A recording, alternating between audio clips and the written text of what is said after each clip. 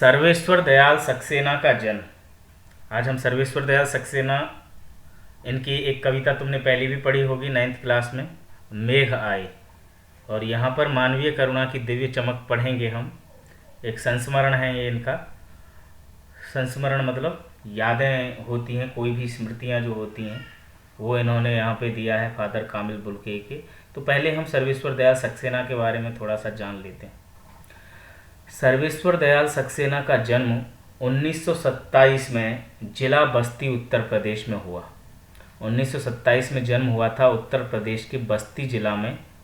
उनकी उच्च शिक्षा इलाहाबाद विश्वविद्यालय से हुई। उच्च शिक्षा का मतलब हायर एजुकेशन, यानी कि जो ग्रेजुएशन के बाद होती है, 12वीं तक के बाद, 12वीं के बाद में जो शिक्षा होती है उसको उच्च शिक्षा कहते हैं। ठीक है ना, चाहे उसमें बीए हो, एमए हो और आगे की जो पढ़ाई हो, पीएचडी वगैरह, वह उच्च शिक्षा जो विश्वविद्यालय यानी कि यूनिवर्सिटी को बोला जाता है।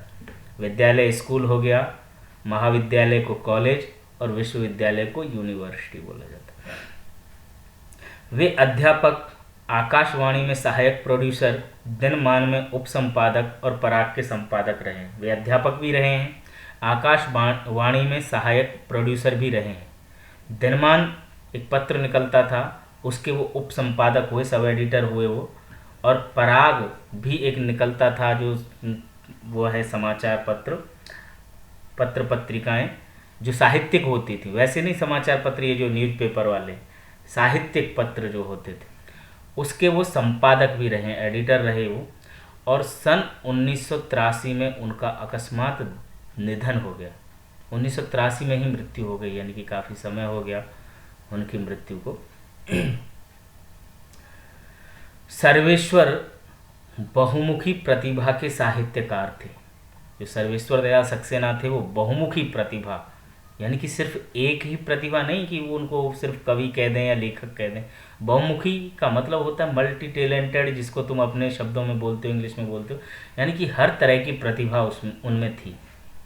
वे कवि थे, कहानीकार थे, उपन्यासकार, निबंधकार और नाटककार भी थे। यानी कि ज़्यादातर तुमने पढ़ा होगा कि जिन्होंने कविताएं लिखी, कविताओं के अलावा और कुछ नहीं लिखा।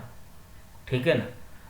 पर या फिर जो कहानीकार हैं वो सिर्फ कहानी ही लिखते हैं, उपन्यासकार हैं वो सिर्फ उपन्यास ही लिखते हैं, वो और कविता वगैरह नहीं लिखते, नाटक निबंध नहीं लिखते।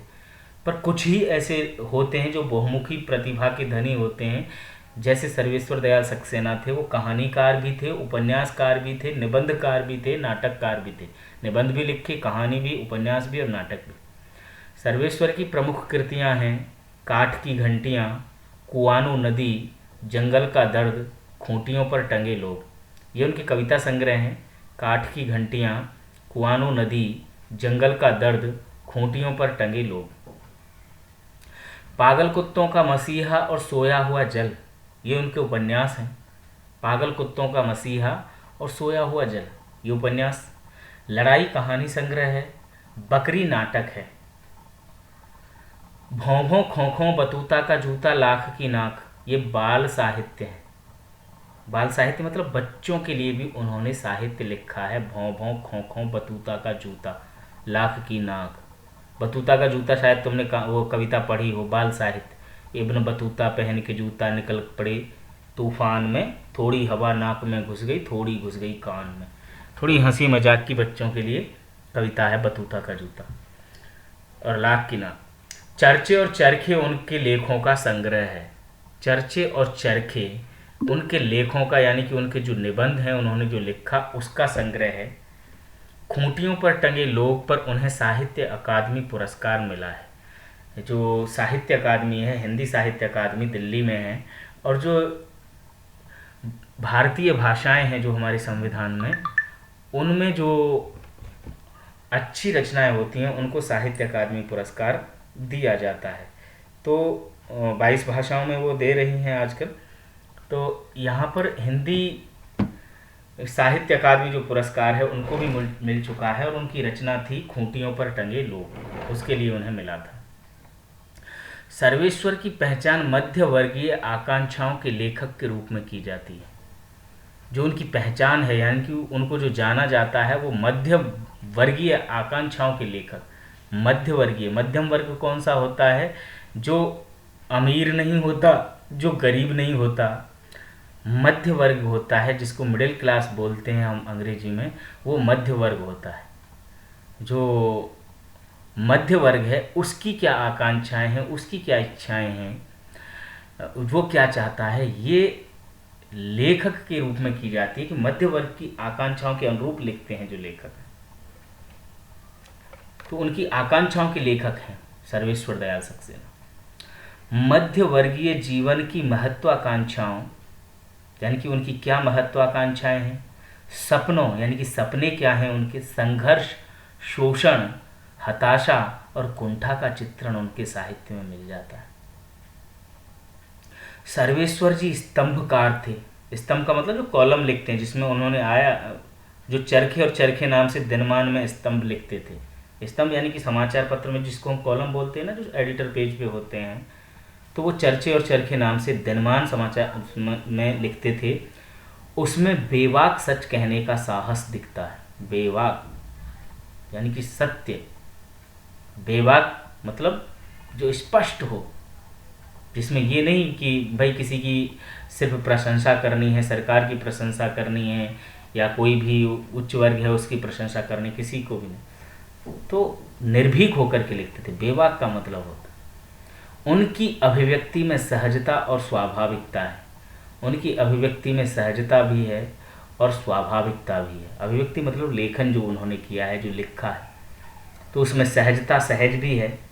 सहज का मतलब ऐसा नहीं कि बनावटीपन हो कुछ, और स्वाभाविक है यानी कि जैसा वो लिखना चाहते थे वैसे ही। कुछ क्या होते हैं सिर्फ अपना पांडित्य दिखाने के लिए, पांडित्य का मतलब विद्वता दिखाने के लिए, कि मैं बहुत बड़ा विद्वान हूँ, तो थोड़े से भारी भरकम शब्दों का भी प्रयोग कई बार करते हैं, जानबूझ करके करते हैं।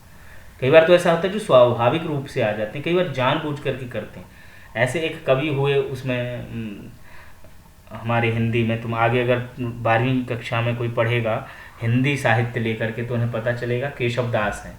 उन्होंने बहुत पांडित्य दिखाया है, यानी कि सिर्फ उन्होंने जो रचनाएं लिखी हैं, कविताएं लिखी हैं, वो उसके लिए ही लिखी हैं, ठीक है ना, जो दिखावे के लिए कि मैं बड़ा विद्वान हूँ। कठिन गद्य का प्रेत, उनको कठिन काव्य का प्रेत बोला जाता है। ऐसे कठिन गद्य का प्रेत भी एक कवि हैं अज्ञे, जिनको बोला जाता है, यानी कि जिन्होंने कठिन कठिन शब्दों का प्रयोग किया। तो ये तो थे सर्वेश्वर दयाल सक्सेना, जिनके बारे में हमने तो थोड़ा सा पढ़ा, और हम अब थोड़ी सी जानकारी हम रख लें इसकी, कि इस पाठ में हम पढ़ेंगे क्या। जैसा कि मैंने पहले ही बता दिया था कि संस्मरण है, ये एक संस्मरण यहाँ पर लिखा है। तुम लोग भी देख रहे होंगे अपनी पुस्तक में कि संस्मरण स्मृतियों से बनता है। स्मृतियाँ होती हैं यादें, और जो संस्मरण है वो स्मृतियों से बन रहा है, यानी कि यादों से बनता है। और स्मृतियों की विश्वसनीयता उसे महत्वपूर्ण बनाती है। जो स्मृतियों की विश्वसनीयता है, यानी कि यादें जो हैं वो विश्वसनीय होनी चाहिए, मतलब अच्छी तरह से याद होनी चाहिए। ऐसे नहीं कि कुछ उनमें धुंधलापन है, हाँ कुछ याद आ गया, ऐसा शायद हुआ होगा, ऐसा किया होगा, हम ऐसे पढ़े होंगे, वो ऐसे मिले होंगे, तो उसमें विश्वसनीयता नहीं है। मुझे बहुत सी चीज़ें याद नहीं, ठीक है ना, बहुतों को बहुत सारी चीज़ें बिल्कुल यों की त्यों याद हैं, ज्यों की त्यों याद हो रहती हैं। सुनते हो ना किसी किसी से, वो अपने बचपन की कहानियाँ सुनाया करते हैं, और भी कुछ कि उनके साथ क्या घटित हुआ 10 साल पहले, 15 साल पहले, 5 साल पहले, बिल्कुल हूबहू सुना देते हैं। पर कुछ होते हैं कि जो नहीं सुना पाते, इसीलिए वो कह रहे हैं कि स्मृतियों की विश्वसनीयता संस्मरण को महत्वपूर्ण बनाती है। वो विश्वसनीय होनी चाहिए। विश्वसनीय मतलब विश्वास करने योग्य, जिस पर विश्वास किया जा सके। फादर बुल्के पर लिखा सर्वेश्वर का यह संस्मरण इस कसौटी पर खरा उतरता है।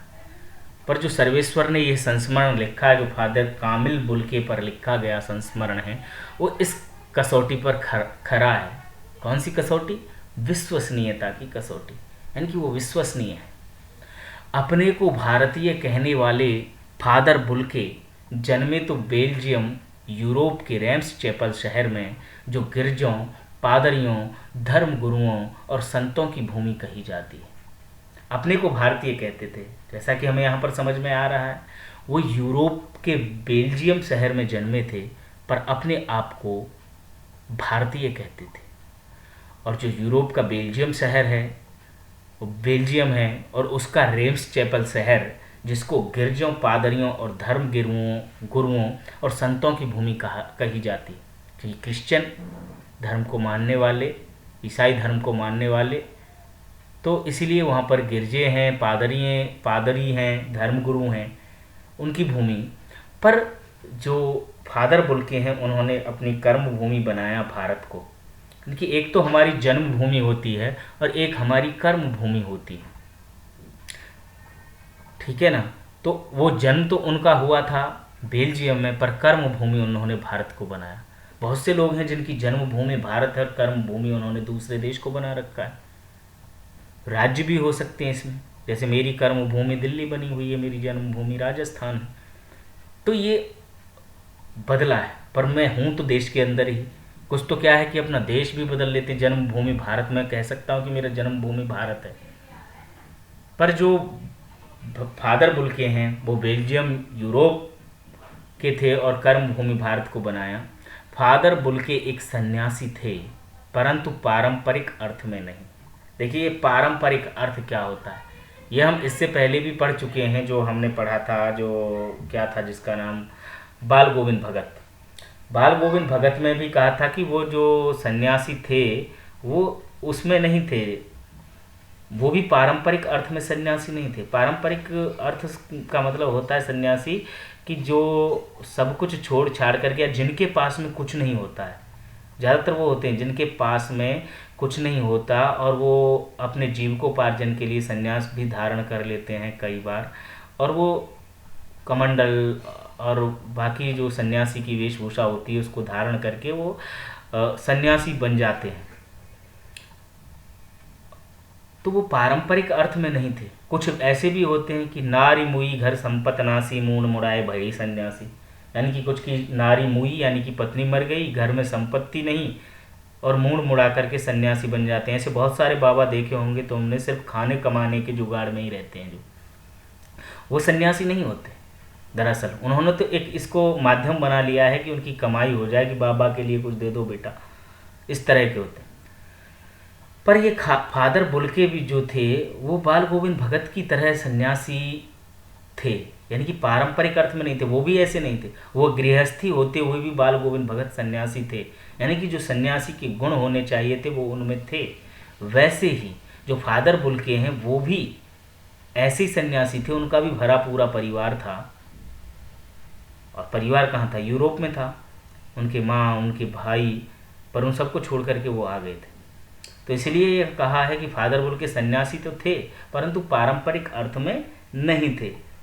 सर्वेश्वर का फादर बुल्के से अंतरंग संबंध था। अंतरंग मतलब मन का संबंध, हृदय का संबंध था। ये नहीं कि सिर्फ ऐसे ही कह दिया। उनको प्रेम करते थे, उनसे लगाव था, अत्यधिक अनुराग था, स्नेह था, जिसकी झलक हमें इस संस्मरण में भी मिलती है। इस संस्मरण में भी हमें पता चल जाएगा जब हम पढ़ेंगे कि उनके अंतरंग संबंध थे। लेखक का मानना है कि जब तक राम कथा है इस विदेशी भारतीय साधु को याद किया जाएगा, कि जब तक राम कथा को याद हम करेंगे। राम को अब देख रहे हैं कितने समय हो गया, सत्य, त्रेता, द्वापर, कलयुग चल रहा है, 4 काल चल रहे। तो कौन से काल में राम हुए थे? त्रेता में राम हुए थे कि द्वापर में राम हुए थे कि कलयुग में हुए थे कि सतयुग में हुए थे? कोई बता सकता है तुम में से? त्रेता युग में हुए थे। बहुत बढ़िया, अतुल ने बताया त्रेता युग में वो हुए थे राम। तो त्रेता युग यानी कि सतयुग के बाद का ही युग था राम का, त्रेता युग। उसके बाद द्वापर आया जिसमें कृष्ण हुए थे, और अब जो है वो कलयुग तो चल ही रहा है, सब जानते हैं। तो देखिए कितने समय पहले की बात, कितने हजारों साल पहले की बात है। तब भी हम रामकथा, अभी कुछ दिनों जब लॉकडाउन हुआ तो रामकथा प्रसारित हुई तो सबने देखा, तो रामकथा को हम याद करते हैं। पर जो लेखक हैं सर्वेश्वर दयाल सक्सेना, वो ये कहना चाह रहे हैं कि जब तक रामकथा है तब तक विदेशी भारतीय साधु को याद किया जाएगा। उन्हें हिंदी भाषा और बोलियों के अगाध प्रेम का उदाहरण माना जाएगा। क्योंकि वो विदेशी थे, फिर भी उन्होंने हिंदी भाषा और उसकी बोलियों के लिए बहुत सा कार्य किया। उन्होंने एक इसके लिए पीएचडी भी की, आगे हम जब पढ़ेंगे। उन्होंने शोध कार्य किया हिंदी भाषा के लिए। राम जब तक रहेंगे, यानी राम कथा जब तक रहेगी, उनको याद किया जाएगा, क्योंकि उन्होंने अपनी थीसिस लिखी, उन्होंने पीएचडी की, राम कथा उत्पत्ति और विकास, तो उसको जाना जाएगा हमेशा से। तो ऐसे फादर बुल्के के बारे में ये संस्मरण है जिसको सर्वेश्वर दयाल सक्सेना ने लिखा है। और हमें इस पाठ के परिचय में, पाठ के सार में मिल गया होगा। बार बार हम यही चर्चा करते हैं कि पाठ का सार जरूर पढ़ना चाहिए। हमें 20-30% पता चल जाता है कि इसमें बताया क्या जाएगा, इसमें हम क्या पढ़ने वाले हैं। तो इतना हमने समझ लिया कि इसमें हम पढ़ने वाले हैं कि फादर बुल्के जो हैं कोई, हम इतना ही समझ सकते हैं क्योंकि अभी हमने पढ़ा नहीं है, जो यूरोप के बेल्जियम के रेम्स चैपल शहर में उत्पन्न हुए थे, पैदा हुए थे। वो उनकी जन्मभूमि थी, परंतु उन्हें कर्मभूमि बनाया था, वो भारत को बनाया था। तो उनके बारे में पढ़ेंगे, उनका संस्मरण हम पढ़ेंगे।